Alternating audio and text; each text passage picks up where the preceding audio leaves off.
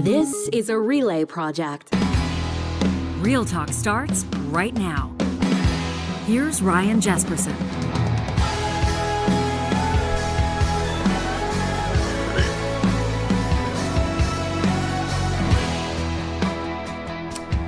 What's going on, everybody? Welcome to this episode of the show. In just a second, the return of a guest who first joined us early in this show's inception. High River Mayor Craig Snodgrass joined us. What was it? The show was probably 2 months old.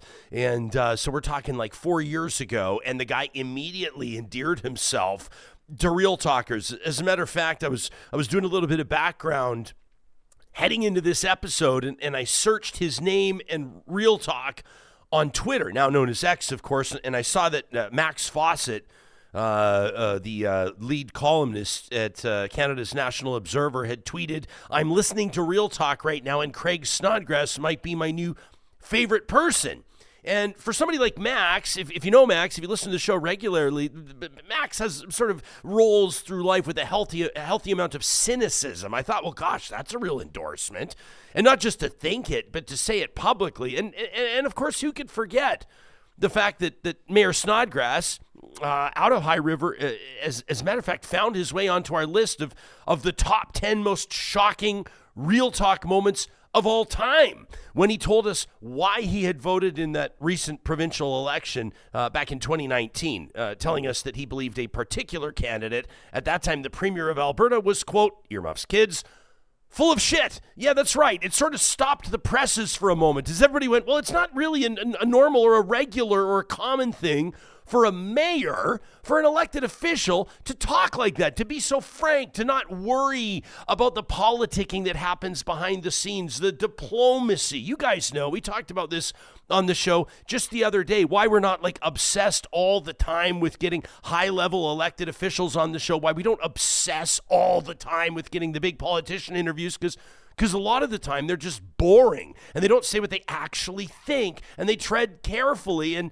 well, I'm curious to see how Mayor Snodgrass is going to roll into this one today. Because to give you a peek behind the curtain, he reached out to us. He reached out to the show and he said, I see that you're covering coal, and I'm happy that you're talking about coal mining in Alberta. He said, but there's some things you're missing. There's some things that are happening behind the scenes that people need to know about. And we said, we'll clear the decks, Mayor, and we'll get you back on the show for some real talk about one of the stories that's making news across the country right now and that's starting to wake Albertans up. Hundreds of Albertans showing up at the Alberta legislature over the weekend to protest what this government is doing with coal, which, if you're just back from vacation, maybe you've just arrived home from Bermuda and this is the first episode of Real Talk you've checked out in a while, you're getting back up to speed on exactly what's happening in the world around you.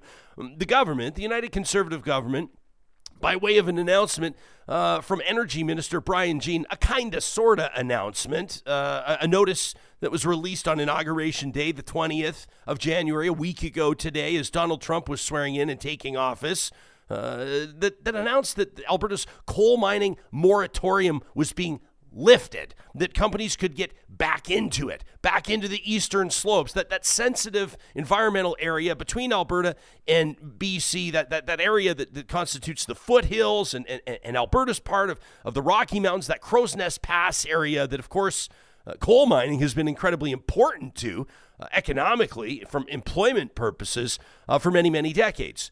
But as you might imagine, or as might be painfully obvious, people are pretty choked about it. People don't want it. Folks in the Crow's Nest Pass, a lot of them want it because that's what they do for work. But writ large, province-wide polling shows that 4 out of 5 Albertans oppose this. And that most certainly includes the mayor of High River, who's going to explain exactly why. Plus, we got a ton of emails from you over the weekend. We appreciate that. We know that we're a bit of an outlet, which is good, and I guess an amplifier as well. So for Real Talkers like Kyle and Daniel and Mark and Neil and Ron, I mean, we've got all these emails here. Bev has been amazing.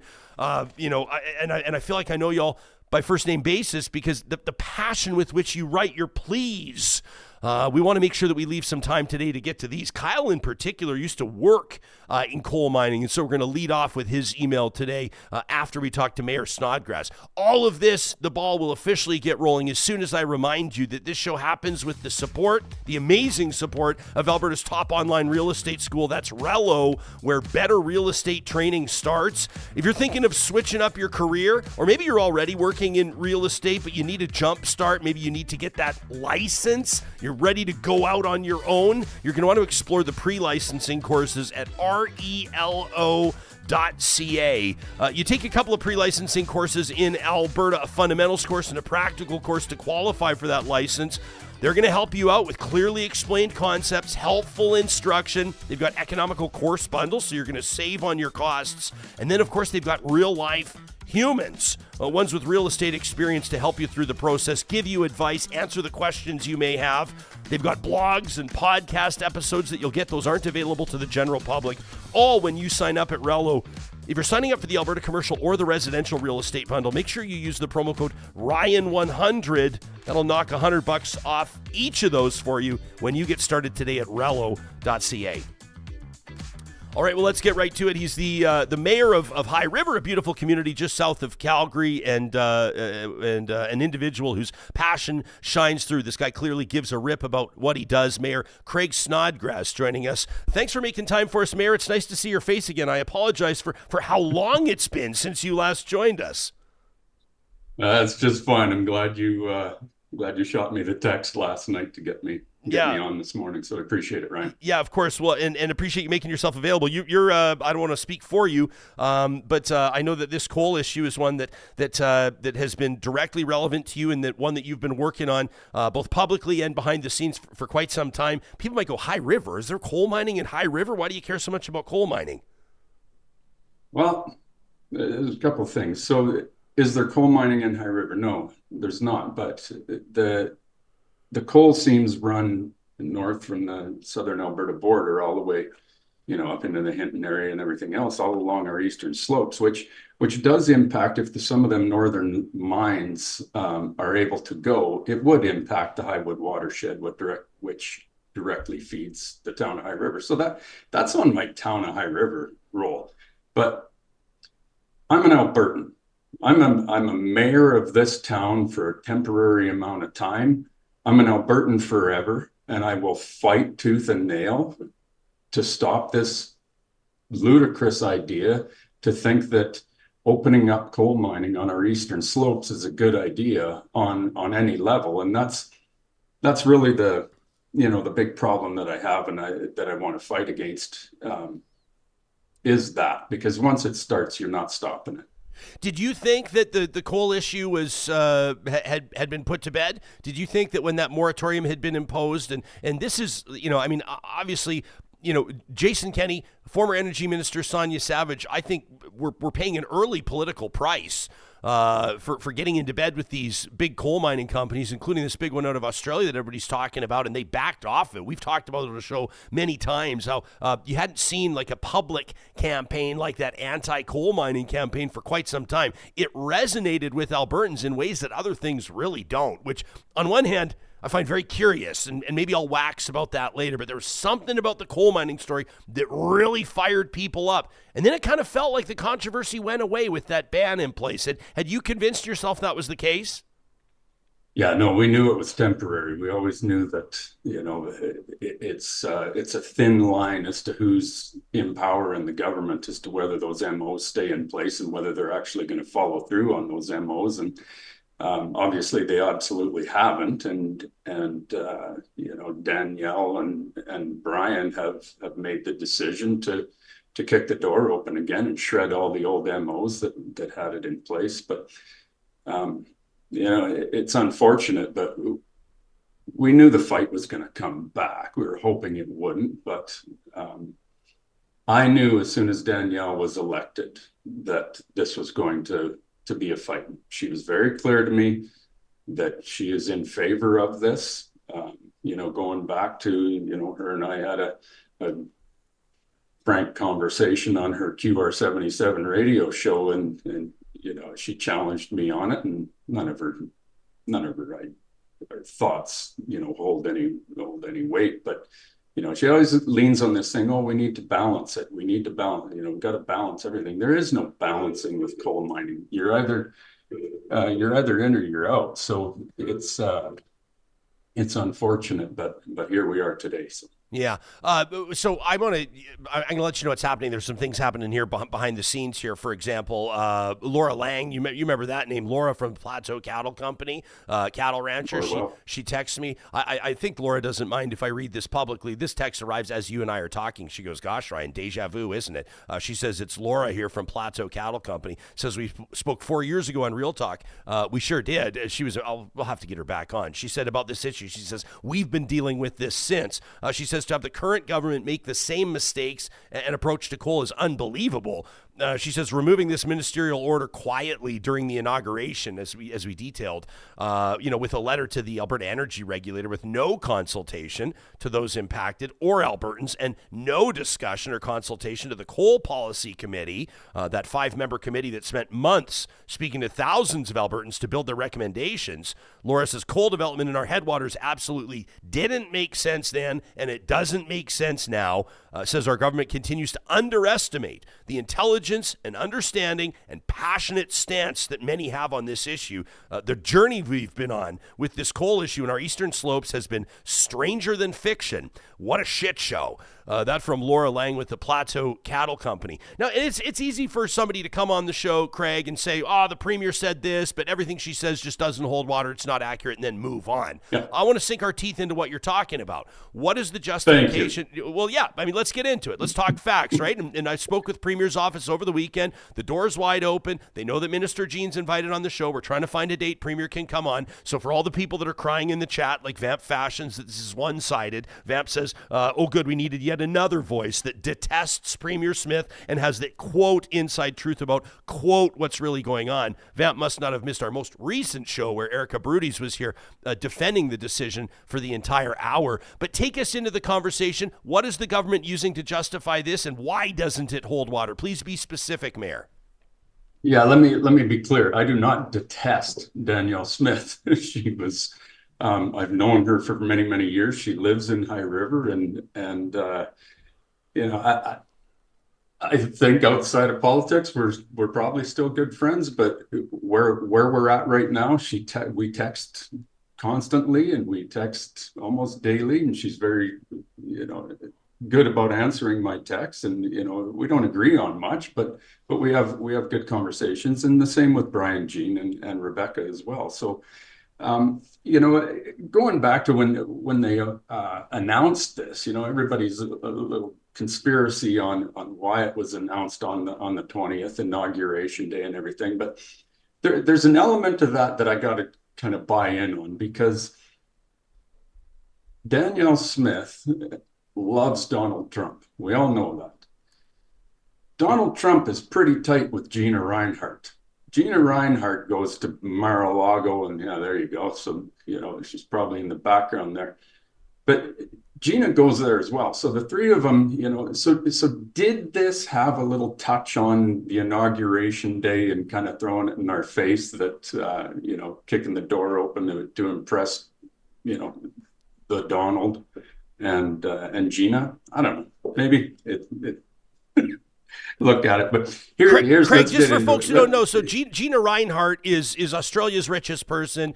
Her wealth is valued around 39 billion Australian dollars about 10 years ago, when that was the time when she had overtaken Christy Walton of Walmart fortune, obviously, as the world's richest woman. And Gina Reinhart, one of the companies she owns is Hancock Prospecting, originally an iron ore mining company, but of course now they mine metals and commodities around the world. She's the Australian mining magnate that everybody talks about.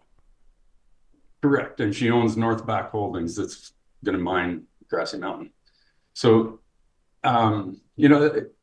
here's where I'm at. And it's that governments change, the human beings within those positions change, so their decisions can change. We all know that's fine. But my question is, how and why are they doing this to Alberta is my biggest issue. And what I'm seeing right now with the answers that I'm getting out of, Danielle and Brian, and actually now Chelsea Petrovic, the MLA for Livingston McLeod, I'm drinking from the fire hose on the sheer amount of arrogant ignorance that is coming from these individuals. That's our premier and our minister of energy, and they don't have answers. They're manipulating the people of Alberta into thinking that this coal mining idea is a good one for the province. And they're kind of making jokes of it, which really pisses me off, is when you kind of laugh about it. And, oh, good news, that's Brian's text me. It's good news, Craig. Bullshit it is. It's horrible news for Alberta. And it's a horrible idea. And I tell you what, not much has changed in the way I operate from 4 years ago. And I absolutely draw the line when people in any position are just completely full of shit in trying to explain the bad decisions they are making that they don't have answers for. That's what I have a serious problem with, and it just continues to go on and on and on. And I will always wear my heart on my sleeve, especially for the town of High River, of course, and especially for the province of Alberta, and especially for our wonderful country of Canada. I don't draw the lines in my regional boundaries around this. I'm an Albertan as well, so I'll fight this tooth and nail, because we'll get into the specifics of every one of these issues, but none of them hold any weight. Well, what's the energy minister? What's Brian Jean telling you is good news? What's the good news part of it? He knows where you stand. So what buttons is he trying to push? Yeah, so here's the best one: is the no new open pit mines, no surface mining. Don't worry, Alberta, we got this, right? Yeah, there's a picture. That's what he's talking about. So that's what Grassy Mountain will look like right there. Okay, describe this. A lot of people are going to hear this on the podcast. So tell people what we're seeing right now. Well, call it what you want: open pit mining, strip mining, mountaintop removal. It's all the same thing. It is all surface mining. And Brian says, well, don't worry, we're going to use high wall mining techniques, we're like, there's a new one. But it's the same thing. You're removing the mountain, you're digging a hole, you're removing the overburden, and then you're digging the coal out. They're all the same thing. And that's the thing that's part of this. I don't know. I don't like to use the gaslighting word, because it's used so much on everything that I don't really understand what meaning it has anymore. But, it's manipulating people into thinking that don't worry. And, we're all good here. So, that's the big one. But, then the selenium, is always a big one. Well, we've got the technology to deal with it. No, you don't. It does not exist, period. You can go into the Alberta Coal Mining Wastewater Guidelines, and, their guidelines say settling ponds. But that's it. That's the technology we're talking about for dealing with selenium is settling ponds. And settling ponds do not remove selenium. They remove particulates if they're heavy enough to sink. So the lawsuit, that's a brilliant one. That, Danielle's big thing, that, well, we're protecting the taxpayers of Alberta by removing these ministerial orders, and now the coal companies can do their exploration, and the lawsuits are going away. Interesting thing that Atrium Coal yesterday just released a statement saying we're still pursuing the lawsuit. So you did absolutely nothing to protect the taxpayers of Alberta. The lawsuits are still in play, but now they've opened it up, our landscapes, to coal mining again. So, and reclamation, there's another one. That's just a load of crap that that they keep calling. Grassy Mountain is a great opportunity for reclamating a site that was never reclaimed before. Yeah, no kidding. That's the way coal companies operate. grab what they need and they leave, and they got no money in the end of it because the coal price is done and they took their money and ran. That's exactly what will happen. And I'll just touch on that reclamation piece so that people understand what I mean and why it's not a reclamation piece. The current Grassy Mountain footprint is 274 hectares. There it is. That's the current footprint. So if you want to reclaim it, that's what you reclaim, 274 hectares. Excellent. Go for it. Do it. Right on. The government will have to pay for it because the coal companies don't have any bonds to be able to in place, and the government didn't take any money to be in place for the coal companies to pay for it. So taxpayers will be on the hook for that. But that's the current footprint, 274 hectares. If Grassy proceeds, the total footprint will be 1,247 hectares. That's not a reclamation project. That is a full-blown new mine. You are sure you're mining a tiny little chunk of it that's an old mine, but the major footprint of Grassy Mountain is a brand new mine. And guess what? None of these rules that Brian has put in place pertain to Grassy Mountain. It will be a full-blown open pit surface mining coal mine. That's just all there is. And you cannot, there's no such thing as reclaiming a coal mine. You can put lipstick on the pig that it is, but put some topsoil and try to grow some alfalfa like they do in Sparwood. But yeah, it just isn't happening. So, and here's the thing, everybody says, well, not everybody, but a few people tell me, well, you don't know, you're making this stuff up. No, you just take a quick drive to Sparwood. That's all you got to do. It's 2 hours away. Just go for a quick drive and look up. Sit in Sparwood and look up to the east. And that's what you are asking for in Alberta. Now, that's just the landscapes that you can see. The water that flows into the Elk River and down into Kookanusa and then down into the States where, like everybody knows the lawsuits coming out of the States against the selenium contamination. But that's what we're looking at. And that's what's going to happen to the Old Man River watershed. And then you start going downstream into all the agribusiness and everything else. And I'll tell you, former mayor of Lethbridge, Chris Spearman, is doing a fantastic job defending that watershed down there right now. So, he's got a ton of information on the agribusiness side of things. And that's the thing, we've got Danielle Smith loves industry, period.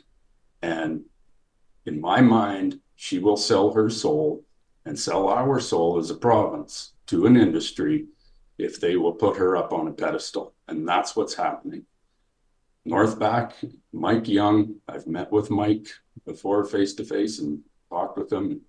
Good guy, he's doing his job, but his answers don't hold up either. So, but that's the part that I have problems with. And yes, it is just the exact same story as with Jason Kenney. They're full of shit. Paul Chandler's watching us live on X right now. On Twitter, he says, coal has never made any community in Alberta wealthy. Says letting an Australian billionaire potentially poison our water is ridiculous. Paul commenting on the Real Talk live chat powered by Park Power, your friendly local utilities provider. People may be interested in kind of the dollars and cents of all this. I kind of understand, like when we talk about, for example, the oil sands and the environmental impact there, and some of the uglier side of resource harvesting. And obviously we want to hold all these companies to a high standard, and Albertans want to believe that the environment is being protected for the generations to come, et cetera, et cetera. And people will often point out the obvious, which is that, oil and gas has obviously fueled Alberta and Canada's economy for many, many years, and the world needs oil and we need oil, and when it's minus 40, how else would you heat your home? And there's all these compelling arguments that people make, and it employs, many, many people, et cetera, and a lot of that is 100% true. With coal, the rub is that the juice is just not worth the squeeze. People can check out Alberta.ca and this is the government's website, do their own research. It's very easy to find. The royalty information in 2021, the Alberta government collected 7.3 million, not billion, million in royalties from coal. I think I personally know somebody who pays more income tax than that. says this does not include freehold production of coal. Royalties vary annually depending on coal price. In the last 5 years, royalties have ranged between 7 and 23 million per year, which is a rounding error. When it comes to the provincial budget's approximately 50 billion, is-ish 50 billion a year. So we're talking 7 million here. It doesn't make any sense. To me, it politically does not make any sense. I absolutely 100% understand why politicians in Alberta will go to bat for oil and gas. I get it. It's obvious. The coal thing, strikes me as an observer that the individual or the corporation that stands to benefit the most from this isn't even Canadian. Not let alone Albertan. I mean, it's an Australian coal company, and this is something that's happening right here at home in our own backyard, and the majority of Albertans hate it, including people that have voted conservative, including Southern Alberta cattle ranchers and landowners, which if I'm a conservative politician, those are some of the last people I'm looking to piss off. Like this text that I read earlier from Laura with Plateau Cattle. You know, our government continues to underestimate the intelligence, understanding, and passionate stance that we have on this issue. You're a politician. You're wired a little bit differently than most politicians, but a politician nonetheless. Politically, does this make any sense to you? No, this is why I question this, Ryan, so much, is why are they doing this? And I can only come up with one thing, is because nothing holds. And I want to touch on that royalties piece because it's way worse than what you just said. That, what is creating the desire for Danielle to want to go down this path? We know Brian Jean and the opinion letter that he wrote 3 years ago against Jason Kenney. You know, he's completely done a 180 on that. But my question is, why is Danielle so hell-bent with industry that she will put the desires of a foreign mining company ahead of Albertans? We went through the whole coal policy committee, public consultations and everything. You know, it's clear. It's 70 to 80% of Albertans do not want new coal mining on our eastern slopes, and we put a 2022 Alberta and beyond coal policy together, a large group of individuals and handed it to the government, said this is what it should look like, and the policy basically said no future coal mining on the eastern slopes. We'll let the mines up in Hinton and Grand Cache, those areas, we'll let them retire gracefully, but no new coal mining. So, the only thing that I can see as to why Danielle continues to push forward on this is her own ego, period. It's the only thing that I got. And until I hear otherwise and something that actually makes sense that she tells me, that's all I got to lean on. So going back to the royalties, when we're comparing this, and this is not a resource extraction, an anti-resource extraction campaign on any level. This is just an anti-dumb in my mind. This is a bad business idea. There's no amount of jobs, there's no amount of money that comes out of royalties that is good for this province to sell its soul and destroy our landscapes and destroy our watersheds, period. This is a bad idea. There isn't a business on earth that would take this on. It makes no sense financially. And I'll tell you, Brian Jean in his December 20th announcement mentioned that $200 million that comes out of, the royalties that Alberta gets for coal mining and everything, that's $200 million. And this came off a year's show, actually, that when they got rid of the photo radar generates 150 million, just photo radar. And they're going to get rid of 70% of that. So, we're talking on the amount of money in an Alberta government budget. This is absolutely nothing. Brian's saying, it pays for our healthcare and it pays for this and pays for that. No, it doesn't. And Alberta's oil sands royalties, to compare it to the oil and gas sector, Alberta's oil sands royalties was over $16.9 billion in 2022-2023 financials. The 200 million is 0.12% of that 0.12% of that resource revenue, and does nothing to help our, Alberta capital budget, yearly budget of 8.3 billion in 2025. Like and that's only on land that is mined that you actually get royalties from.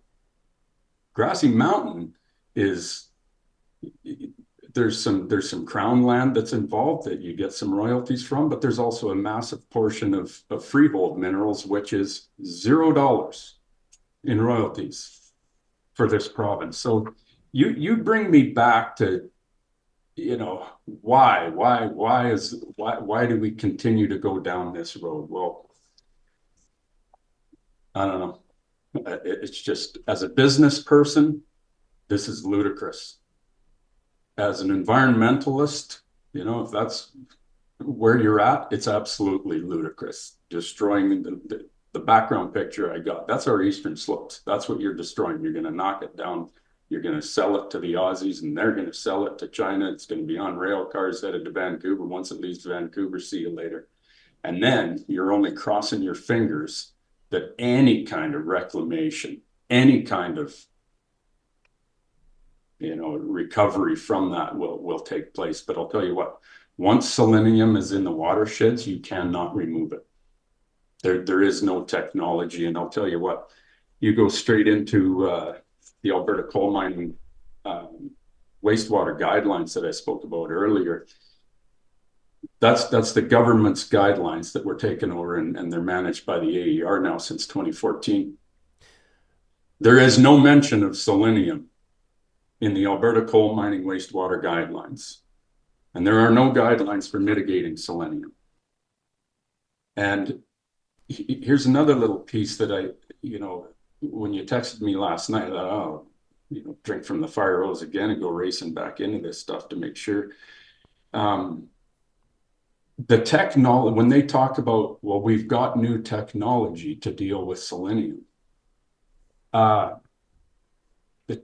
Their technology is a thing called a settling pond. That's the technology. It's not a machine. It's not a wastewater treatment plant or anything. It's a pond, period. And that coincides with 4 years ago when I met with the former CEO of Atrium Coal, Andy Caruso. When I challenged him on, what's this technology? He confirmed that it's a pond. That's what they use for it, but that does not remove selenium, and the government knows that. Rebecca Schultz released some documents, I think accidentally there last week or a couple of weeks ago, but it clearly states they can't do it. But here's one other piece that caught my eye, obviously, is the mayor of High River, that in those guidelines, section 3.2.b, settling ponds must be designed to withstand a washout from a 1 in 100 year flood. If we go back to 2013 floods blow out those settling ponds. They're all going down the old man. If that's what the design standards is 1 in 100, we're screwed. And even through the CMRB, I was able to get, some of our development guidelines increased to at least 1 in 200. But in Alberta, just housing developments, we are the lowest in the country for flood elevation guidelines, lowest in the country. So I was not that the CMRB rules mean a whole hell of a lot, but especially now because they gated that program too. But 1 in 100, if that's what we're designing a coal mining settling pond to, we got some major, major problems. when a flood like 2013 comes back. No, And it don't worry, was. man. Don't worry. You still have 88 years. It's only once every 100 years, so don't worry. Don't worry. Yeah. The whole theme of this is don't worry. I know. Live chat powered by Park Power Bike Rides says the UCP government is keenly aware of facts on the ground. No matter how much rural voters moan, they will always vote UCP. Says, I sure would love to be proven wrong. Jillian, a transplant from Quebec, now living in Alberta, says, in Quebec, we do this weird thing where we own and exploit our own resources, and we don't vote for the political parties that try to screw us over. We've got an interesting proposal here as well, by the way, Mayor, from this is who was it that figured? This is PNC Bio watching us live, says, Mr. Mayor, I know that this is not in your purview, but maybe you could start working on renaming Grassy Mountain to Greasy Mountain. They think that that's something you should get going on. Maybe laughing so we don't cry, but I know that you're keen to sort of join the chorus to try to stop this before it happens. The fact of the matter is, it is happening. What would you say to the average person that is feeling a fire lit under them right now? Oh, we'll credit CBC News reporting on this. Check this out, Johnny, if you wanted to share my screen. This is a CBC News report. They were down at the Alberta legislature over the weekend. Hundreds of people showing up with placards and signs. They're pissed off. I think the more that we talk about this, the more that we cover this story, the more that this is put on people's radar. I know that the news cycle is competitive and folks sort of like forget about what's happening. But the last time that this was in front of people, Albertans spoke loud and clear, and they wanted this shut down. What's your advocacy in action going to look like, and what's your message to your fellow Albertans that are feeling troubled by this? Well, I've media is number one. Shows like yours, I'll speak about this publicly anytime I can. But for the average Albertan, I think a big one that needs to start happening is emailing the MLA for Livingston, McLeod, Chelsea Petrovic. You need to email her, and it's easy. It's just livingstone.mcleod@assembly.ab.ca. Chelsea needs to hear this. She is the MLA that's responsible for the Crow's Nest Pass, for the MD Ranch lands, which is where the mine actually sits. But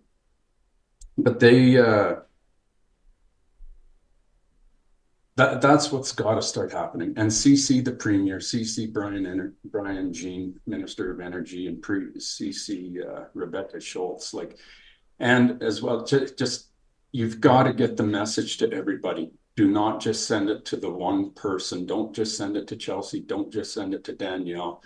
It's easy to just put them all in, CC everybody, so that they're all getting this voice. Because one of the big problems that I have is they are absolutely ignoring the work that the Coal Policy Committee did and that Sonia Savage created. And if we go back to those years, tell you what, the reason why the pause was put in place is because of Minister Savage, period. She knew from day one when that file was dropped on her desk, when she was named the Minister of Energy, she knew when that binder was put on her desk and she opened it up, she went, oh shit, this is not going to be good.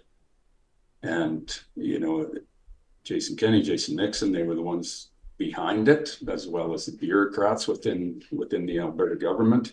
They started this. But Sonia, her career is in the oil and gas sector, and she looked at this right away and went, this is not going to be a good idea. And myself and David Luff worked directly with Sonia and actually helped her create the Coal Policy Committee. I asked to be on it, and she kind of wanted me to be on it, I think, but the Jason Kenney's people Googled me, and I think they saw my interview with you and said, no, he can't be on. So that's not a shock. Yeah, that's fine. But that's the work of that Coal Policy Committee, that they worked tirelessly under the guidance of Ron Wallace, and he was a fantastic human being that These are oil and gas guys that did this. They're not screwing around. Ron knows exactly what he's doing with this stuff. And was it the most fantastic outcome of their recommendations that we could ever ask for? No, but it definitely highlighted the voice of Albertans, and where they were at with it. So, yeah, well, listen, because Michael's watching us live on Facebook right now. Appreciate that, Michael. Jumping into our live chat, powered by Park Power, says, "Can we get those lawn signs again?" He says, "Make them apolitical. Just stick to the science." And Michael's bang on, because I think that it's easy for things to, we get this all the time. Myself as a talk show host, an interview like this is a classic example.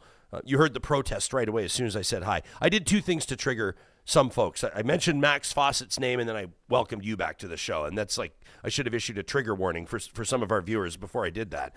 But this turns into, here's the loud left. Here's these lefties and these communists, lighting their hair on fire. I like what Michael says. Wants lawn signs, says make them apolitical and stick to the science. Like, everybody should be pissed about this. This is not something about opposing conservative ideology. This is not something about opposing Danielle Smith.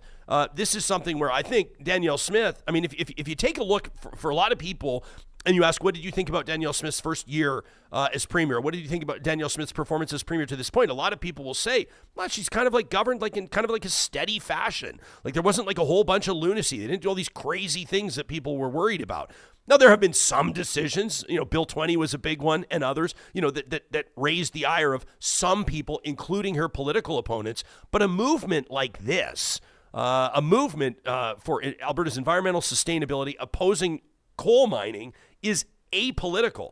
Just like Michael says, this is about people passionately protecting the province and its natural resources, including this watershed that is relevant to literally millions of people for many, many years to come. I do want to let Michael know, I don't know if they're still doing it, but it was the Canadian Parks and Wilderness Society, it was CPAWS, that had launched that lawn sign campaign. You can check them out at cpaws.org, cpaws.org. I don't know if they still have the lawn signs, but that's where I would start, Michael, if you were looking for one of them yourself. This is absolutely, this isn't a UCP versus NDP discussion whatsoever. This is Alberta, and we're trying to protect what's right in Alberta. Just so happens that it's the UCP government that's in power that was voted in, but they're the ones that are making these decisions. So, another election to think about that is 2 years away. Like there's a long time, but this is absolutely not political on my end. And I know I'll be challenged that, because I've openly told everybody that, since Jason Kenney and the UCP existed, no, I have not voted conservative. I did for every year prior to that. I was always in, and always will be. And I'd love another conservative party to come into play. Sorry. It's your staff telling you to stop calling out the provincial government on Real Talk. Something like that, maybe. Your chief of staff is just sweating bullets this morning. Yeah, no, they know me. So this is not, and it will be political once the election comes. Once Nenshi really digs his feet in here, for sure. But that's not what it is for me. This is Alberta, and we are looking at destroying our landscapes, like what's in behind me, and our watersheds. And we absolutely cannot be sacrificing our watersheds for such a ludicrous business proposal by these Aussie companies. And it's just, Danielle, her background, and I think what she went to school for was economics, was it not? Like, you could probably clarify that for me, but I don't know, something like that. But what's happened? Because there's no part of this economically that pans out. You are choosing one industry, and it's the resource industry, and she'll always put that ahead of everything else, which, you know, but you are looking at sacrificing a multi-billion-dollar agri-food industry downstream of any of these mines. You know, Grassy is the heart of it right now, but as they go north, you're putting one ahead of the other, and you're looking at sacrificing one where, the agriculture is, we cannot sacrifice our agricultural business in this province. We absolutely cannot. Yeah, there's not going down the coal mining road. We'll do that. There's not nearly enough talk about ag in this, and maybe that's part of that is my fault.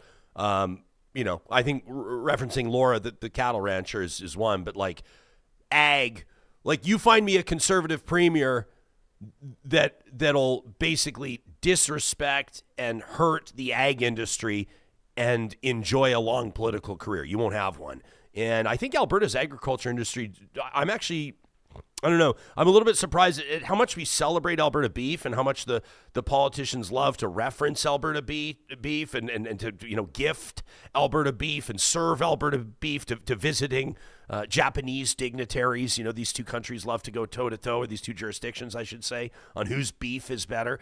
And then something like this, when cattle ranchers and landowners are sitting there going like, you're fucking with our water, like big time and permanently. And it's just like, it's not even a thing. As is the case in any jurisdiction where there's like Alberta certainly is not a banana republic, but like oil and gas is an enormous part of our economy. You talk about the royalties, we see what happens to our provincial budget. Like Alberta is either high on the hog or in a deficit position based on oil prices. Like that's pretty much it. And I think everybody knows that.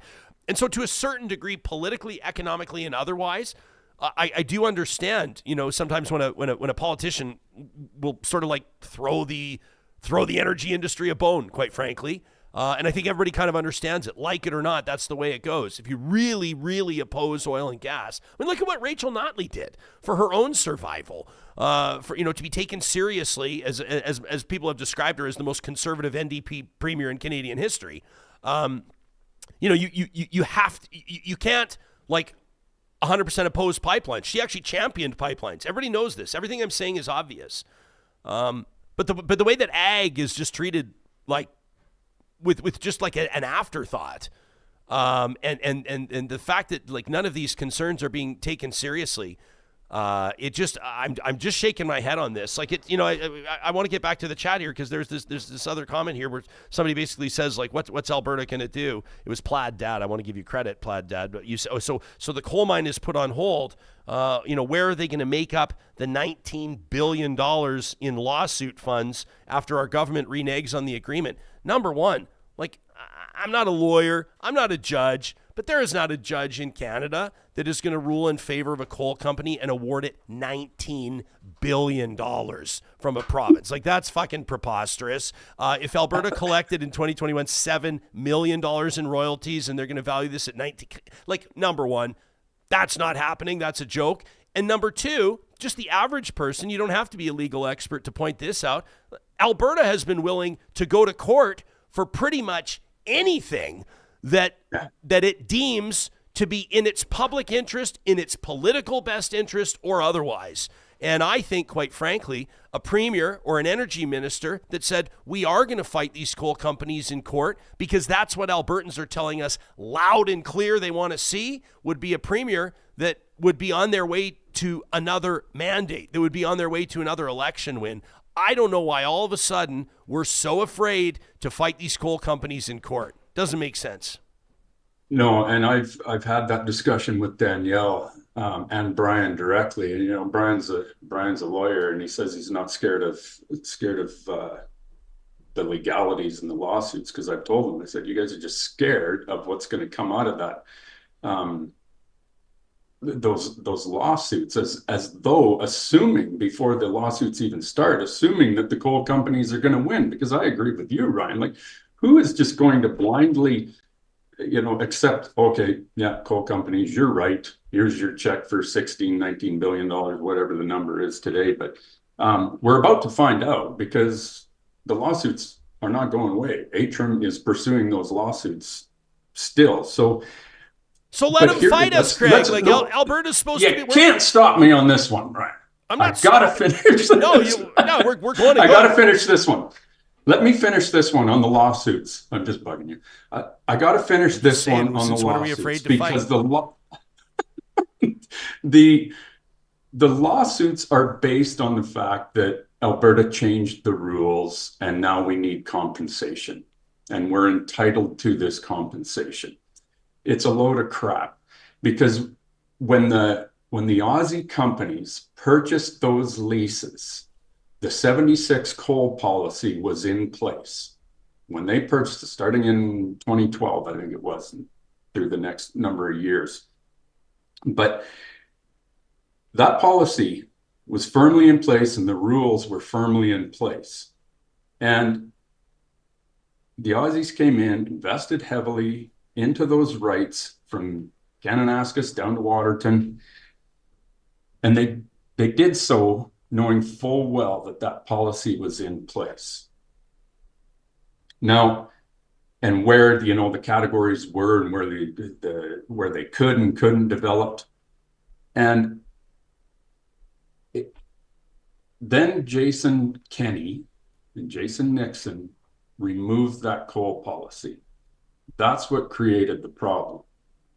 And then the exploration was allowed to start and those kinds of things. So now the piece is why they are not entitled to that level of compensation into the $16 billion level is that when Minister Savage reinstated that coal policy, it put the rules back into play exactly the same as they were when they made those original investments. Nothing had changed. So are they entitled to something along the lines of exploration costs because of the screw up that Kenny did?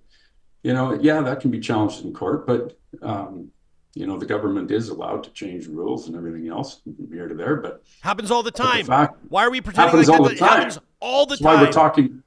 Yeah, we're talking about this today. So to say that for the coal companies to say, well, our opportunity was taken away from us because from our original investment is absolutely false.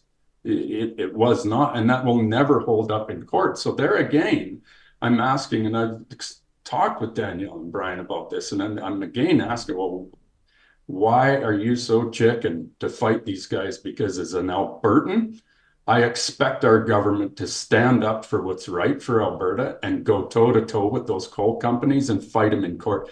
You don't just fold up like an old wash towel and cower in the corner and say, oh yeah, you win, we're out. And then none of this has been thought through at all by those two individuals. I'm sorry, it just hasn't. And that's why I keep going back as to why are they doing this? Why are they doing this? And it's because they love being put on a pedestal by the coal companies. But the problem is you're sacrificing Alberta to get there, and it's not okay with me. That is absolutely not okay with me that you have that low level of integrity in a position like we are, that we hold as elected officials on any level, whether it's a little town mayor like me, or whether it's Brian Jean or Danielle or the Prime Minister of Canada. Doesn't matter. You have to have a level of integrity where you put your province first. And that is absolutely not what I'm seeing here. And that's why I will stand up and challenge both of these individuals all day long until this is done. Well, pal, you've lit a fire under people, and that's obvious in the live chat. I don't know if you're lighting the fire under people, but you're throwing logs on the fire anyway. I think the fire is already lit. Yeah. People are pissed off about this. Is this where I give you shit for interrupting me? Yeah, probably. Go ahead. No. I just where I was raised, that's how people talk. But what did you want to say, Mayor? Yeah. Well, the thing is, if anybody should be really choked about what the government is doing right now, it should be the UCP supporters. 100%. Like I tell you, like yes, Danielle went through that leadership review with raving results of, 6,000 people showed up and 4%, whatever, 96% said thumbs up, you're doing awesome. Well, that kind of an endorsement can go to somebody's head pretty thick. And all of this is kind of trickle down from that. And, to gather 6,000 people that agree with you and to get 98% and 96% in favor is not a mandate from the province of Alberta. There are still a large number of people that, don't support everything you are doing. And I've got a lot of, of course, in a town like this, there's the majority are UCP voters. There's no question. And they are not happy that this coal mining thing is back in play, because what this does, if you're looking at it politically, is kicks the door wide open for a guy like Lyndsi to come in and blow it up and make a huge 100% an issue out of this. So I don't get it at all as to what the game is that they think they're playing here. Politically, I think it's... But at the end of the day, it's just a very, very bad road for Alberta to go down, period. Yeah. No, it's like silver platter material for Lyndsi, and I just think it's politically obtuse what this government's doing, and there's more to it. There's not a chance that I believe for a second that the government is afraid to fight the coal companies in court. There's not a chance that I believe that they're sold that there's no environmental impact. There's something more to it. This really is all that matters. How about this voice from Andrea in our live chat powered by Park Power? She's watching us live on X right now. Andrea says, I'm a UCP member and I support much of what our premier has done to date, but I do not support this recent change on coal mining. She says, I'll be reaching out to the ministers and directly to premier. When you start getting your members, when you start getting your supporters reaching out saying, what the hell are you doing right now? That's something that should grab their attention. And I don't think it's too late for this government to say, listen, we miscalculated. We've heard you loud and clear. You know as well as I do, Mayor, there's a reason you don't do the super controversial stuff before an election. You don't do the super controversial stuff right after, nor before the next election. You do it when you have about 2 years for people to forget about it, because they will, right? They're not going to, you talk about Sparwood. There's very few Alberta voters that are in Sparwood gazing up. And shout out to Sparwood. I got some friends that live out there. Great little town. But it's not staring them in the face. And so voters will forget about it. And I guarantee you that the NDP is going to be reminding people of this, and it's going to be too easy for them. This is that whole, to quote Peter MacKay, it's like the UCP is like missing a breakaway on an open net with this one. It just doesn't make any sense. Okay, and let's touch on one thing, because when UCP members, voters are reaching out to Danielle and Brian, one of the things they will lean on when they talk to you is that the NDP started this back in 2016, and it's an absolute false statement. And I've got the letter. I got the letter right in front of me. Anyways, I got the letter right in front of me, and this comes from May 24th of 2016. It's a letter from Minister Margaret McQuaig-Boyd. And Brian tried this one on me last week, and it didn't go over very well. But what happened was that the Ram River Coal up north was, in their words, is seeking clarity about the 1976 coal development policy for Alberta. They wanted clarity on mining in Category 2 lands. And the only thing and this goes directly with how that policy is written, and Margaret McQuaig-Boyd's response to them was, the coal Category 2 designation does not preclude surface coal mining development. The coal policy states that surface mining of coal would not normally be considered because in 76, the land use had yet to be determined, infrastructure is lacking absence, and for their local areas' environmental sensitivity. So the only thing that this letter states is that you can apply, but it will not normally be considered because it's in those in Category 2 lands. So you can apply, but it still has to go through all of the regulatory approval. And this isn't the first time that these coal companies had asked. This is the famous letter that the Jason Kenney leaned on it when he talked to me about it. And, I threw it back at him that there's nothing here. And Brian challenged me on this, that the NDP was going down this road previously and everything else. And it's absolutely false. The Shannon Phillips, who he refers to in his communications with me, he says that she was going down this road with Grassy, and it's absolutely false, because I know Shannon, I texted Shannon, I got an answer from Shannon. The only thing that they had in front of them was a staff recommendation that said, you could do this. You could remove that 76 coal policy to appease these coal companies. Obviously, the NDP absolutely never went down that road. God, they were banning quads, for God's sakes, in the Castle area. I don't think they're going to be cracking the door open on coal mining, but that time Grassy Mountain was its category 4, so it was going through all the legal regulatory approvals and everything. And then, of course, it got denied by the JPR, and Alberta's own energy regulator denied that Grassy project. So this has been a blunder since Brian Jean showed up in that position.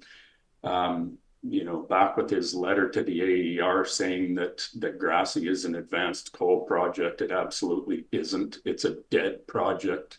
It actually doesn't exist as a project anymore, because their application was denied by the Joint Review Panel and the AER. So, but Brian has said himself that this is an advanced coal project. But that's his words, and he's kind of going it alone. He doesn't have cabinet approval on this, and he didn't talk to the members of the coal policy committee members, not all of them anyways, but I don't know that he talked to any of them on that thing. So you can answer me on that one, Brian, if you did or you didn't. But there's only 5 of them. Not a big reach out, right? But this again just has not been thought through, and I'm glad to hear I'm not a hardcore member of any of our political parties. I join when I have to, and I'll join the UCP to get in on their the leadership race and everything else, so I have a vote in that, and I'll do the same with the NDP. Oh yeah. All right. So are you a card carrying member of the UCP? You know what? I was thinking about that this morning. I don't know if I am right now or not. I know I But you voted in the leadership race. Oh, absolutely. Would you tell us who you voted for? I know that's a rude question, but you've told us who you voted for in past, so I'm asking again. I'm trying to remember, but bullshit! Sure. You're trying to remember. Here, let me tell you. I will tell you. I voted for Brian Jean because it's a good one. Brian had come down. He met with us, and Laura, that you got on your text. Yeah.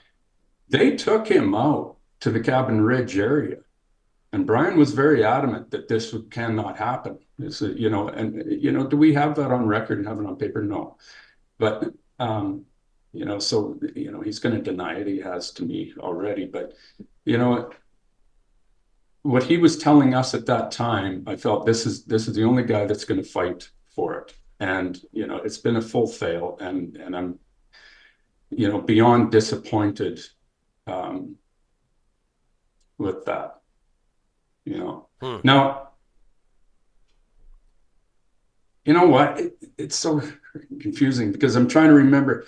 The leadership vote, where did that take place? Well, that was I don't know. But that was basically like a horse race between Danielle Smith and Travis Taves, right? That was kind of the. I was curious to ask if you had voted for Danielle Smith in the leadership race. Yeah, no, I didn't. I wouldn't. And I'm trying to remember if I voted. I'm honestly trying to remember. What I remember was that I voted in the nomination for the UCP MLA for Livingston McLeod. I see. And I did not vote for Chelsea Petrovic. Okay. I voted for Tanya Clements that time, but I bought my membership so that I could have a voice in that. If I remember right, the leadership vote, doesn't that not take place in Red Deer? The leadership, well, now, God, I don't know, man. I'll be very honest. The 2022 leadership election held on October 6th in Alberta to select a new leader, triggered by the May 18th leadership review after Jason Kenney resigned with a 51.4% in support. Danielle Smith winds up winning on the final ballot. With 53, that's right. No, 54% of the vote. Travis Taves with 46%. Eliminated were Brian Jean, Rebecca Schultz, Todd Lowe, and Rejan Sani and Leela Ahir. So let me rewind this one now, because now I remember clearly what happened was I absolutely did vote in that leadership race. And I absolutely voted for Danielle Smith. And I'll tell you why it switched, because Danielle's a friend and she's in town. And the reason why I remember that I did vote for her is because a very good friend of mine, when she won on that fourth ballot, because the numbers were so small, a friend of mine blamed me directly that I'm the one that caused this. So sorry, buddy. Yeah. Okay. We've got to hear Jason watching us live on YouTube. Jason says card carrying is such a loaded term. He says there's an absolute reason to have input on who big tent parties elect as leaders. For sure, Jason, I get it. I'm just saying, like number one, I think it's significant if the mayor is a card-carrying member of the UCP as we're speaking. And second of all, when political parties, and it's not just the UCP, but they pick and choose who can have memberships. The NDP does it as well. Remember, David Parker and his gang was trying to take over the NDP and vote for their right. Remember, so I think it'd be interesting to know whether or not Mayor Snodgrass is a card-carrying member of the UCP or not. I think the audience would like to know if I was a card-carrying member of a party or not. It's relevant in my political commentary, right? Yeah, I don't care. I buy a membership.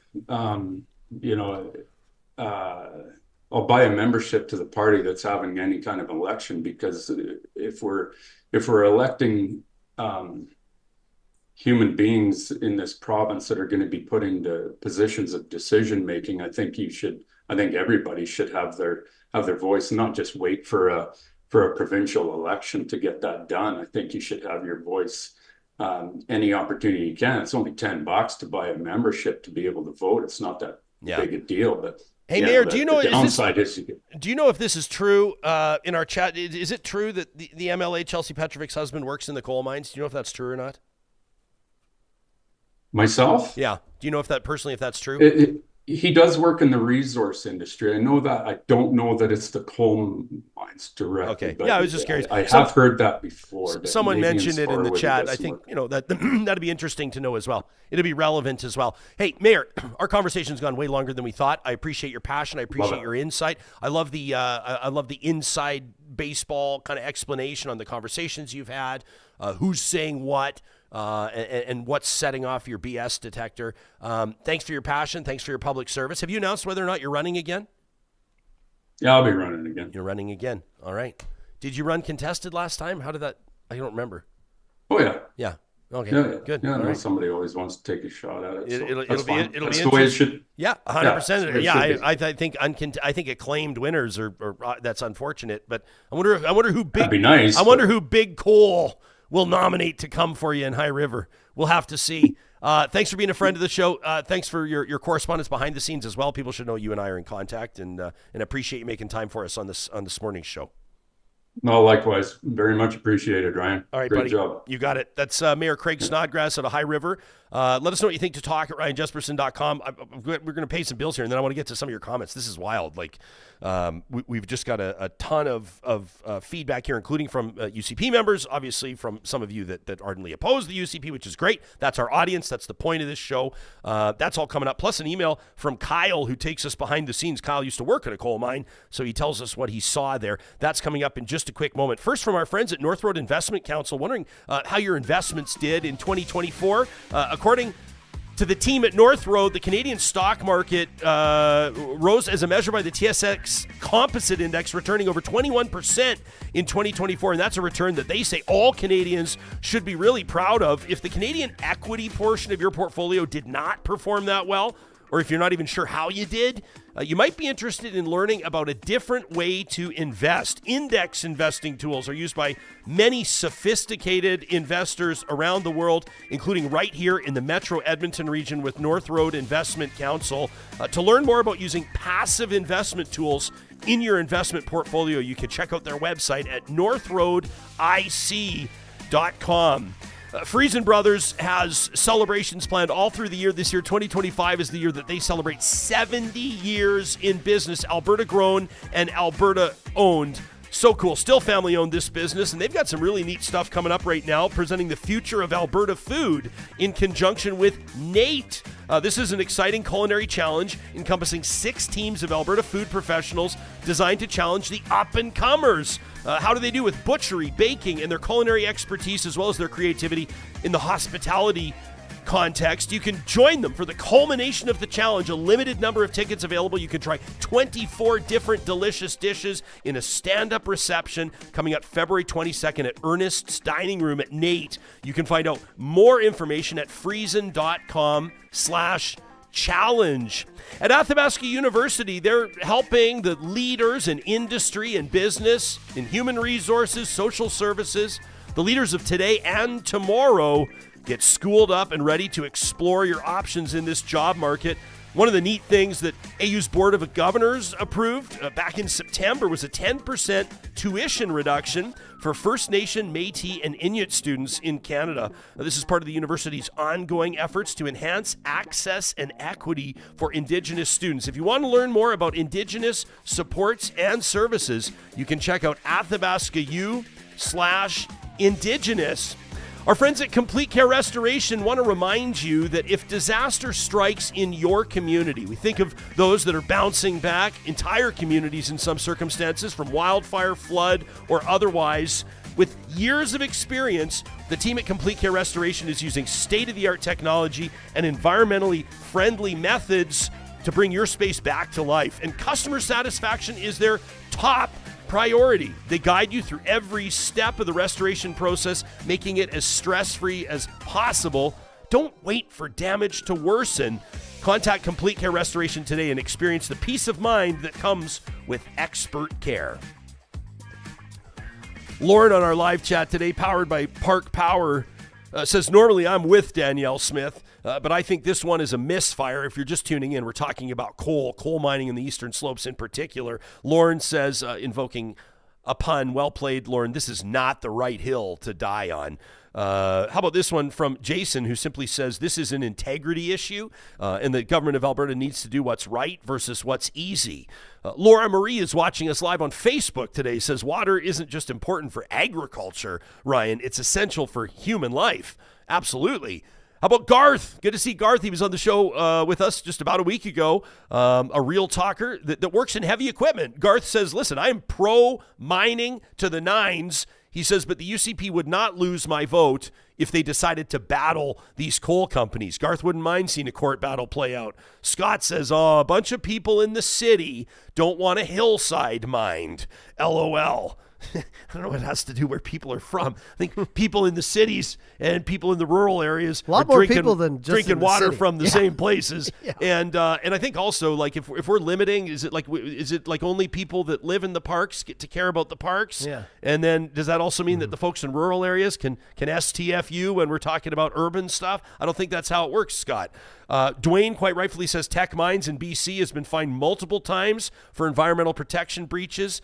These have affected Montana, Washington State, and Idaho. Why on earth would we want to emulate that? HX Ranch says this coal is just a bridge too far. Ms. KD's watching, says, I've had 2 cousins that lived and worked the mines in Elkford, BC for decades. Both ended up with chronic illness. HX Ranch, following up, by the way, a rancher, says some rural voters want an advantage that's unrealistic. Please be careful not to lump all rural or all urban voters into one mindset. There's advantages that benefit one group and hurts another, and that's just not appropriate. And I agree. You can't just say the urban vote or the rural vote. No. It's too simple. I mean, you said it. If you check out our short, go over to Instagram, TikTok, wherever you see our shorts, YouTube. You said it best. I mean, when Erica was on here, and you, I liked how you just exclaimed, "What?" when she said, "Ask the people in Crow's Nest Pass." Well, yeah, that's fine. But a community of like 2,000 people that is connected via the water to millions. I mean, this is going to affect everyone. I think that's why this goes across the board and you see such a bigger polling response happening, is because it affects so many people. It's not just a little coal mining town, right? Shouts out to Scott K with the $20 super chat. Whoa. And also, yeah, thanks guys. Oh, right there, Miss KD, another $5. Thank you for doing that on YouTube. And also just want to remind you, we're meeting you where you're at, Real Talkers. We're now on iHeartRadio and Amazon Music. So if you're listening today somewhere and you say, hey, this isn't my usual vibe, this isn't the usual place I listen to podcasts, go over to iHeart, go over to Amazon, go over to Spotify, go over to Apple. We're meeting you where you're at. We're on all of them now. Yeah, that's fantastic. I love that we're on iHeartRadio right now. Lots of people asked, so we did it. Yeah, kind of one of the ones where Real Talkers have said, listen, if you could meet us here, we'd love to have you there. How about this from Jason? Jason is watching us live on YouTube right now. This is the type of message, Jason, that would catch the attention of any politician. He says, I reside in Livingstone, McLeod. I met with Mr. Van Tighem. He's talking about Kevin Van Tighem, who's been on the show before, former superintendent of Banff National Park. Says when he was running, he ran for the NDP, says he spoke with passion regarding protecting this area's water. And Jason says that was the first time that I didn't vote Conservative. So Jason's vote changed based on water. Glenda says your guest was so informative. More of that, please. I love Snodgrass. He's a cool guest. He's contemplative. He's thoughtful, and he says what he thinks. Well, he takes his time, which isn't bad. Yeah, he does take his time, but that's okay too. He's thinking about what he's about to say, but he doesn't seem to be like too worried about the political consequences of sharing his opinion, and I think that's probably why a lot of people, sort of support him, and why he's seen that support in his.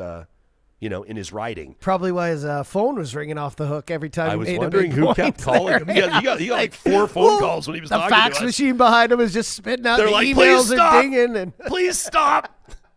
So we got a message from Kyle, who worked in a coal mine. He sent us this email on Sunday after checking out the show, and he says, I just thought I would share a bit about my story in the coal mining world and how it gave me perspective on work life and the environment in that region.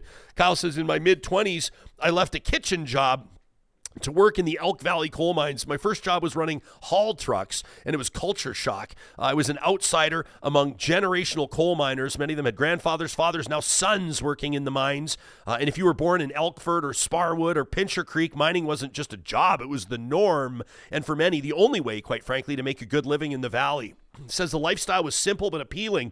Most people worked to afford a modest home, a nice truck, a snowmobile or a quad, maybe a trailer to escape into the backcountry.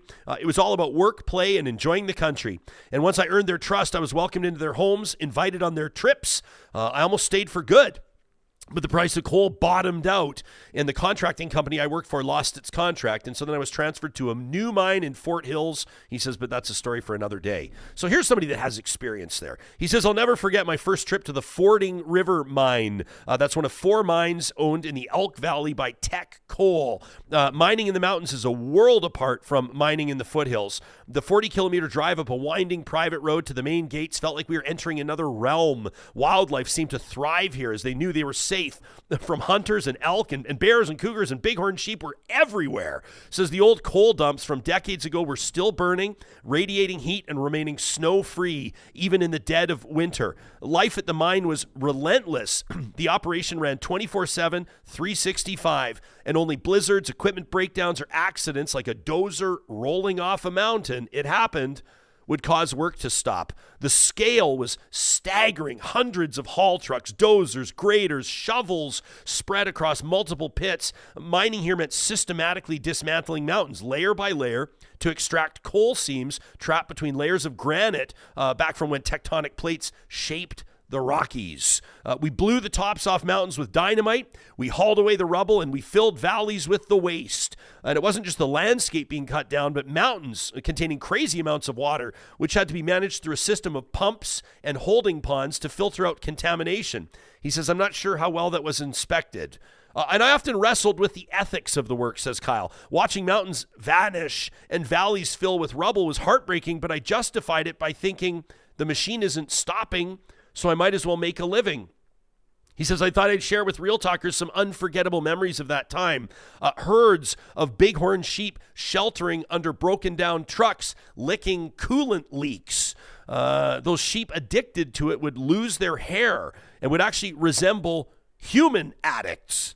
He says, I remember heavy smokers running equipment with their windows down all day, chain smoking in coal pits, emerging coated in black dust. Says a few guys actually had the black lung. He said it was like straight out of Zoolander.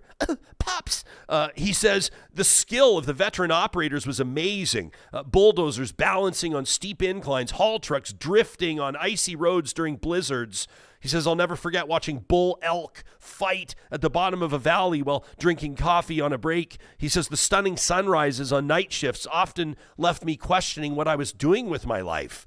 Kyle says, my days off were the best. I explored southern Alberta. I drove Highway 3 many times. The Cowboy Trail is a personal favorite. And I spent countless hours in Fernie, tearing up the slopes on my snowboard. He says, eventually I moved on to work at Fort Hills, one of the first crews there, clearing forests and building roads. What started with a team of 12 grew into the hundreds. I joined the drainage crew, maintaining and testing water in the settling ponds to ensure no leaks. Just another chapter in this life.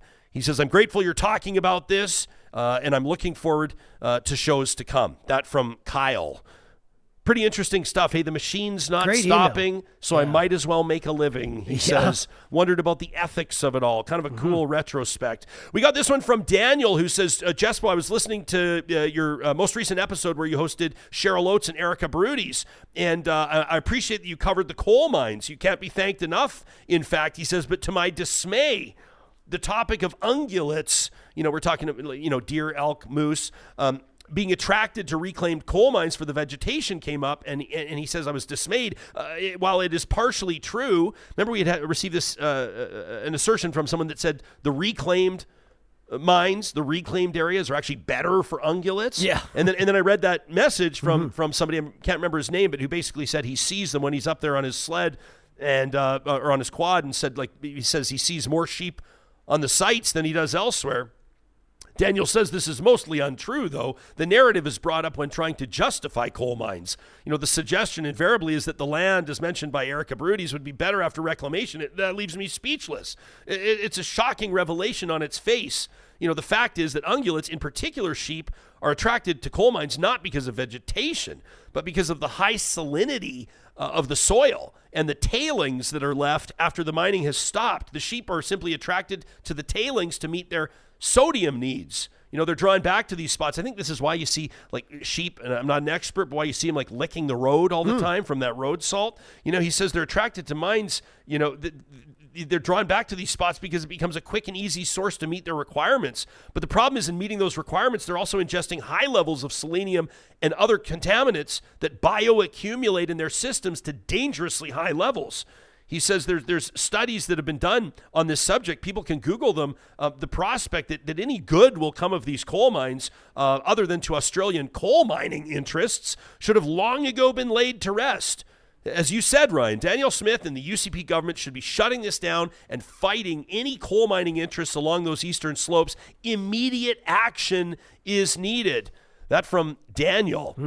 Got an interesting one here from, we've heard Mark B and SLC before in our chat. Oh, yeah. This is Mark is an Edmontonian that's now living and working down in Salt Lake City, Utah, but tunes into Real Talk, as far as we know, almost every single day and cares a great deal about Alberta. I think there's some parallels between Alberta and Utah, starting with those beautiful mountains, right? The big difference being that our hockey team is going to make it to the Stanley Cup final and theirs is not. And we have a name. Did you hear and we have a name for our team. They tried to become the Yetis, but it's trademarked by too many other teams. Is that right? Yeah, they had everything ready to go behind the scenes. I won't say the names, but I was talking it because I know some production in the NHL. They had a mascot ready to go. They had everything. Really? But unfortunately, too many sports teams in and around that area maybe already using Yeti. Denied. So they are still the Utah, what are they, hockey club or whatever? The Utah Hockey Club. Still looking for a name. I'm searching right now. What is the plural of Yeti? Is Yetis. Yeah, Maybe they could just go with Yeti, like the Minnesota Wild, the Utah. yeah. Anyway, I digress. So Mark's writing in from Utah. He says the one big thing that everybody's missing in the conversation about coal mining is the amount of water that's available after a mine is open. Leaving aside the issue of selenium contamination, there's a very limited amount of water currently available for agriculture, culinary uses, industry. Look what's been happening with droughts in southern Alberta already.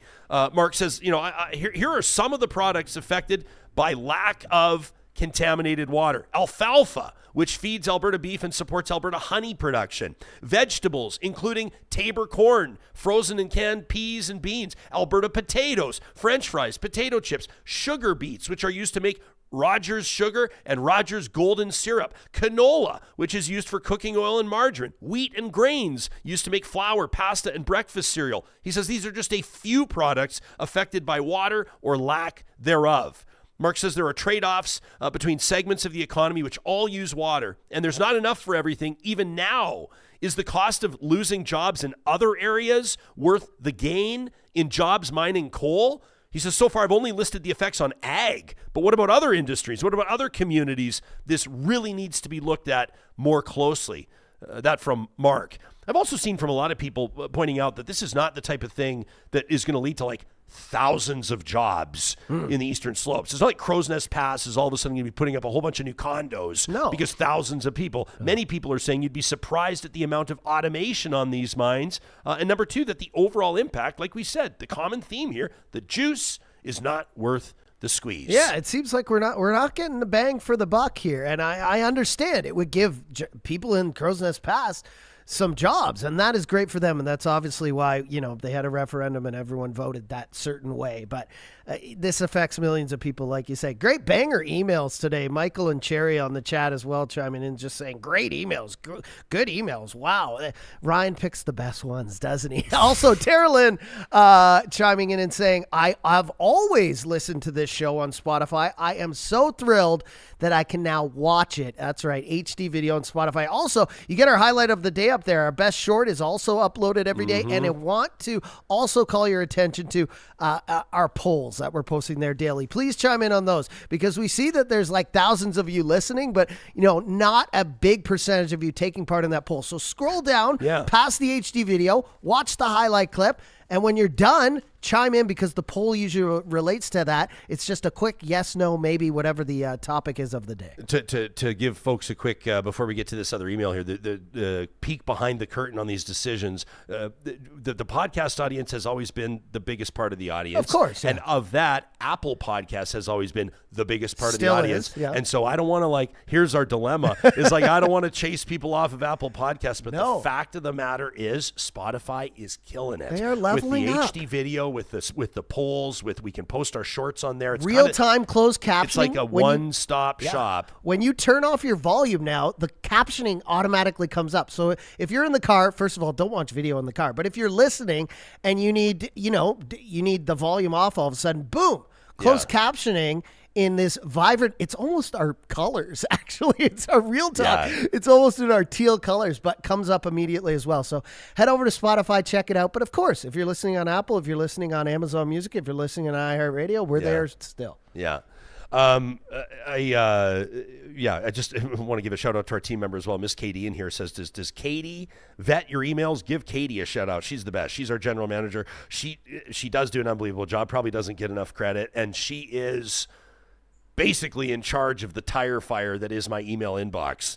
And so Katie she's sort of, before I see it, she sees it. It's a mountain to climb for anyone. I've taken a look, and I looked at it once. I'm like, too much anxiety. Yeah, I'm going to never look at this again. We sure appreciate her. Yeah, I like this from Tara Lynn, who says, thank you, Kyle, for that honest email. You painted a picture that hits hard. And then we had some interesting comments here about how, business is better under the Conservatives. And this is something you hear mostly from Conservatives.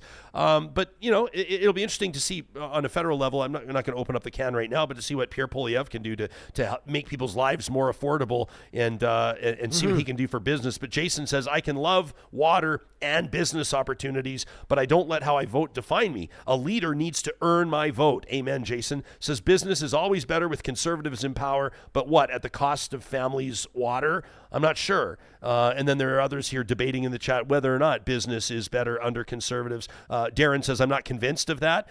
Says the economy almost always improves under progressive governments, addressing the demand side by putting money in the pockets of people who spend. Yeah, gosh, that's a big debate, probably for another day. An example of progressive governments putting money in the pockets of people who spend might be something like raising minimum wage, or maybe some sort of a carbon tax rebate, whereas kind of the conservative general ideology, as if I need to explain it to this audience. Sometimes I stop myself. I don't want to insult the intelligent. This audience operates at a higher level of awareness for sure. But on the conservative side, the idea being that we don't need government handouts. We don't need government telling us which of our dollars we can have back. A government that keeps more money in our pockets to begin with is a government that's doing its best to kickstart the economy. That's the whole premise behind the Axe the Tax, marketing that Pierre Poilievre's been doing. More on Axe that the tax from another day. Axe the Tax. Common sense. Bring it home. Bring it home. Carbon Carney. What was it? Carbon Carney, Carbon Christia. Yeah. I've got some great... Sellout Sing. Yeah, he had a great interview over the weekend. We'll probably take some clips from it later this week, but... Yeah, he had a good point on what he wants to do in regards to Trump's tariffs. And it's the first time, because he's talking about healthcare, he's talking about housing, he's talking about taxes, he's talking about, but I don't see the plan. Yeah. But he did give a plan in regards to Trump and tariffs. It's not on topic today, but we'll probably play that later. Yeah, good stuff. And I don't want to jinx it, but we're expecting a couple of federal politicians on this show in the next couple of weeks. And always curious to pick their brain on the bigger picture stuff and what's going to be happening with that liberal leadership race. Interesting to see some polling with Trudeau now gone out of the leadership picture, and some new alternatives in front of voters, in particular Liberal Party members when they'll choose their leader, but also Canadians. Canadians are starting to kind of get a better idea of what the future of the Liberal Party might look like. And polling shows that the Liberals are actually gaining some ground back on the Conservatives. So you better believe that this is something that Pierre Poilievre and his team, led by Jenny Byrne, are working on and figuring out. So expect to see, some more substance from Poilievre, I think, because people are going to demand it. And obviously, with an election coming up this year, Canadians will get a better sense of what two different governments will look like. The question is, I think most people believe that the Conservatives are going to win the next election. But the question is, could a Liberal Party fueled and bolstered by a new leader gain back enough ground with the electorate to force the Conservatives into a minority government position? It sounds like a tall order. If I'm being realistic, my gut tells me it's majority government territory, and probably a pretty big majority government, but we don't even know who the Liberal leader is. We haven't seen the campaign. We haven't seen anything, so let's not get ahead of ourselves. But this is one of the storylines. 2025 is going to be an unbelievable year for news. It already is. We're not even out of January yet. And obviously, Donald Trump's inauguration and some of the moves that he's making that, yes, impact Canada will drive some of our conversation forward. And then, of course, as we get closer to the end of 2025, we've got a bunch of municipal elections happening. Could we see a change in mayor in Calgary and Edmonton? Could we see dramatic change in the makeup of those city councils? Edmonton City Council, I think is, to be honest, ripe for the plucking. I think that there's some opposition building here. Will it be strong enough? And then in Calgary, you've got a council kind of divided with some strong, small C conservative voices. And then you got some strong progressive voices. Whereas in Edmonton, it kind of just feels like, two conservatives and a whole bunch of progressives. These are the stories we'll follow. We invite you to continue to subscribe to the show and make sure that you don't miss a minute. We know that not all of you have time every day for every single episode, but we do our best to make sure that we're covering all of the issues relevant to you and the stuff that people are talking about, the most important stories in the country.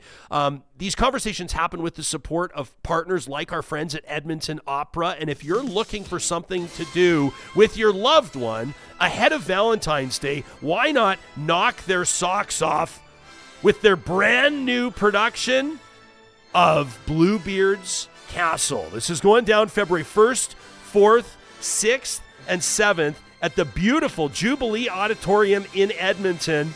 And of course, this has got a lot of people talking, this profoundly moving opera from the Theatre of Sound in London, because they've got a new English libretto, music arranged by Stephen Higgins, directed by Daisy Evans. This is a story that will resonate deeply with anybody touched by memory loss, as Judith's journey through Bluebeard's doors becomes a poignant exploration of dementia, identity, and the heart. This will sell out. There are still a few tickets available, but you're going to want to act quickly. Bluebeard's Castle, presented by Edmonton Opera at the Jubilee Auditorium, February 1st, 4th, 6th, and 7th. You can get your tickets today at edmontonopera.com. Our friends at California Closets are well aware that many of you have the best intentions in the world to get organized, to get decluttered, to invest in your space. Your biggest investment, that's your home, of course. But life gets away on you. Everybody's busy. Things happen fast. That's why I want to implore you today to take 2 minutes and visit CaliforniaClosets.ca. Number one, on their website, you can see their custom closets, systems, and storage solutions for the entire home, including the garage, including the home office, including those entertainment centers. But it's also a nice and easy way to request that free consultation. You pop into one of their beautiful design showrooms, get an idea of what they can do working with any budget. And of course, all of this comes with a lifetime guarantee.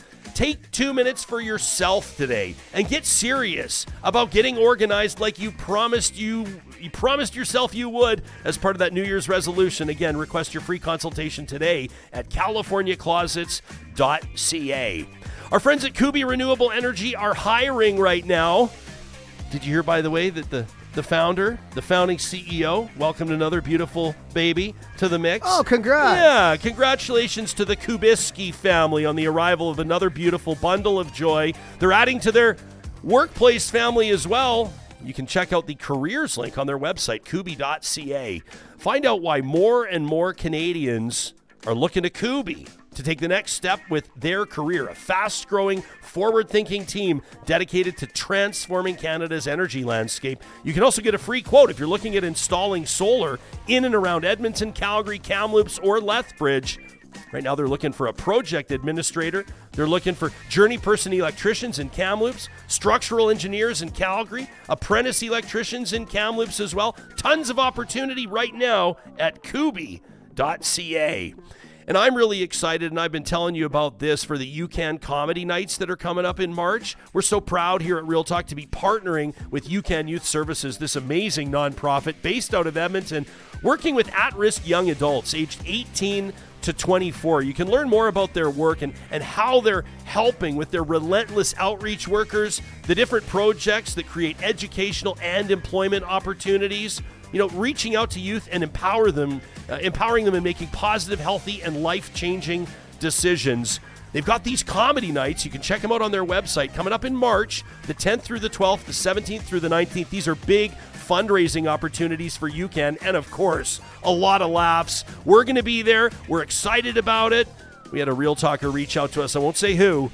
Requesting anonymity, but said, it's so fun to hear you talking about my workplace. A Real Talker that works at the Starlight Casino says, we can't wait to welcome UCAN Comedy Nights in March. They're also going to be at Rick Bronson's The Comic Strip. 6 incredible nights of comedy in support of UCAN Youth Services. You can get your tickets today at ucancomedy.com. Well, courtesy of our friends at Kuby, and this is kind of a unique one. We got this email from Lyndsi literally this morning, about an hour before we started doing the show. But as we kick off every single week, we're big on silver linings. We're big on the happy news. We're big on the stuff that restores our faith in humanity. And it's almost like Lyndsi knew this. She didn't label this as a positive reflection, but that's exactly what it is in the context of what we've been talking about today. And we love emails like this. This is real life people, real life stories. And Lyndsi said, I just wanted to take a moment to thank you, your guests, and the Real Talk team for thoughtful and consistent coverage of Alberta's coal mining controversy. It's incredibly encouraging to see this issue get the attention it deserves, especially as it impacts our environment and the future of our province. Lyndsi says Real Talk feels like more than just a talk show. It's a community. It's a space where people who care deeply deeply about these issues can come together, share different perspectives, and inspire change. And I'm so grateful that these conversations are being amplified, reminding us how much our voices matter. Lyndsi, that's amazing. She says, please keep up the great work. It is making a difference. She signs off, warm regards from Lyndsi in Southern Alberta. Thank you for that, Lyndsi. You can send us an email anytime. You have no idea how that fills our bucket. To talk@RyanJespersen.com. Maybe it's a pay it forward story, a random act of kindness. Hell, maybe it's something you saw on Instagram that just made you laugh. Every single week, the first episode of the week, our friends at Kuby present positive reflections. And again, a reminder, you can get that free solar quote today at Kuby.ca. Coming up on tomorrow's show, we're going to take a look at the federal political landscape with our good buddy Mo Amir. Mo's going to be joining us from his studio, or maybe he'll be at home. It's going to be bright and early in the morning. Of course, Mo's out in Vancouver, the host of This Is Van Color on Check. And circle your calendar for this Friday coming up, a Real Talk Roundtable on the true cost of tariffs. Two different perspectives as Canada continues to grapple with Donald Trump's threats. February 1st is the day that everybody has circled on their calendar. Our Real Talk Roundtable will be the day before that, so we'll get you all set up and in the know. So you're the smartest person on the sidelines, you're the smartest person in the stands at the hockey game, you're the smartest person around the water cooler at work, all because you tuned into Real Talk. Thanks for subscribing to us on Spotify, on Apple Podcasts, or whatever you get your podcasts, and of course on YouTube as well. And make sure you share this episode with somebody who could use some real talk on the coal controversy and other stories making news. We'll talk to you soon.